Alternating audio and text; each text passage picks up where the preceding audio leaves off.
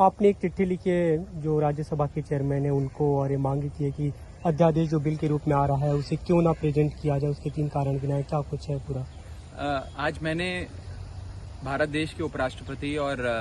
राज्यसभा के आदरणीय सभापति जी को एक चिट्ठी लिखकर, एक पत्र लिखकर साफ तौर पर ये बात रखी है कि दिल्ली सरकार की शक्तियां छीनने वाला जो अध्यादेश केंद्र सरकार लाई है उसे संसद में पेश करना, उसका इंट्रोडक्शन नाजायज है, अनुचित है, इम्परमिसिबल। 11 मई 2023 को सुप्रीम कोर्ट की संवैधानिक पीठ ने, कॉन्स्टिट्यूशन बेंच ने एक सर्वसम्मति से यूनानिमस निर्णय दिया था, जिसके तहत तमाम शक्तियां अफसरशाही से संबंधित, सर्विसेज से संबंधित, अफसरों से काम लेने की, उनको काम देने की जो शक्ति है वो चुनी हुई, लोकतांत्रिक ढंग से चुनी हुई अरविंद केजरीवाल जी की सरकार में है। ये बात सुप्रीम कोर्ट ने अपने निर्णय के माध्यम से सिद्ध करी। 11 मई 2023 को यह फैसला आया और मात्र 8 दिन के भीतर केंद्र सरकार एक ऑर्डिनेंस लाकर, एक अध्यादेश लाकर इस फैसले को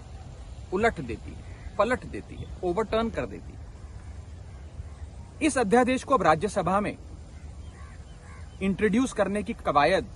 केंद्र सरकार द्वारा की जा रही है कि राज्यसभा से और लोकसभा से इस पे मोहर लगवाकर इसे कानून के रूप में तब्दील कर दिया जाए। इसे देश की संसद में पेश करना, इसे इंट्रोड्यूस करना गैर कानूनी होगा, इम्परमिसिबल होगा, नाजायज होगा, और इसके 3 मुख्य कारण हैं जो आज मैंने एक चिट्ठी के माध्यम से माननीय सभापति महोदय को, चेयरमैन साहब को राज्यसभा के बताए हैं। पहला कारण यह है कि किसी भी सुप्रीम कोर्ट के निर्णय को बदलने के लिए या उसे ओवरटर्न करने के लिए जो आधार है उस सुप्रीम कोर्ट के निर्णय का, उस आधार को बदलना पड़ता है। अगर आप आधार नहीं बदलेंगे और मात्र एक अध्यादेश लाकर सुप्रीम कोर्ट के फैसले को पलटने का प्रयास करेंगे तो वो गैर कानूनी ठहराया जाता है। No law can nullify a supreme court judgment without changing the basis of the supreme court judgment. ये मेरा पहला पॉइंट था, पहला बिंदु। दूसरा कारण कि इस बिल को क्यों नहीं इंट्रोड्यूस करना चाहिए, पेश करना चाहिए, वो ये है कि देश के संविधान के अनुच्छेदों को, आर्टिकल्स को प्रभाव देने के लिए या उसे पूरा करने के लिए, सप्लीमेंट करने के लिए या इफेक्ट देने के लिए ही कानून बनाए जाते हैं।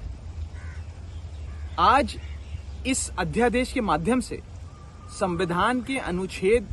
239AA को तहस नहस किया गया है, ना कि उसे प्रभाव में लाने के लिए या पूरा करने के लिए अध्यादेश लाया जा रहा है। ये इफेक्ट देने के लिए या सप्लीमेंट करने के लिए संविधान के आर्टिकल 239AA को नहीं लाया गया कानून। ये कानून उस अनुच्छेद की धज्जियां उड़ा देता है और संविधान का जो असल लेटर एंड स्पिरिट है उसे तार तार करता है। ये दूसरा कारण है कि क्यों नहीं इस प्रकार का कानून संसद के भीतर लाया जाना चाहिए। और तीसरा और सबसे महत्वपूर्ण कारण जो मैंने अपनी चिट्ठी में भी लिखा है कि क्योंकि अब ये नया अध्यादेश भी सुप्रीम कोर्ट के विचाराधीन है। सुप्रीम कोर्ट ने इस पे कार्रवाई करने के लिए फिर से 5 जजों की संवैधानिक पीठ का गठन कर दिया है और ये 5 जजों की कॉन्स्टिट्यूशन बेंच अब इसकी वैधता, इसकी संवैधानिक है कि नहीं है, इस पर गहन चर्चा कर बहस कर अपना निर्णय देगी। तो जब ये मसला जब तक सुप्रीम कोर्ट के विचाराधीन है, सब जुडिस है, तब तक उसे संसद में नहीं पेश करना चाहिए और उस पर किसी प्रकार की बहस या वोटिंग नहीं होनी चाहिए। ये जो पूरा लेजिस्लेटिव एक्सरसाइज करने का प्रयास, एक विधेयी कार्रवाई करने का प्रयास केंद्र सरकार कर रही है, ये पार्लियामेंट के, राज्यसभा के अधिकार क्षेत्र के बाहर है, अधिकार क्षेत्र में नहीं आता, क्योंकि ये कानून ही पूरे तरीके से गैर कानूनी और असंवैधानिक है। ये 3 कारण बताते हुए मैंने चेयरमैन साहब से विनती करी है कि इस कानून को विड्रॉ करें, इसे कतई भी इंट्रोड्यूस ना होने दें, पेश ना होने दें, और केंद्र सरकार को ये हिदायत दें कि इस प्रकार के गैर कानूनी अध्यादेश या गैर कानूनी बिल्स पार्लियामेंट के भीतर नहीं आने चाहिए।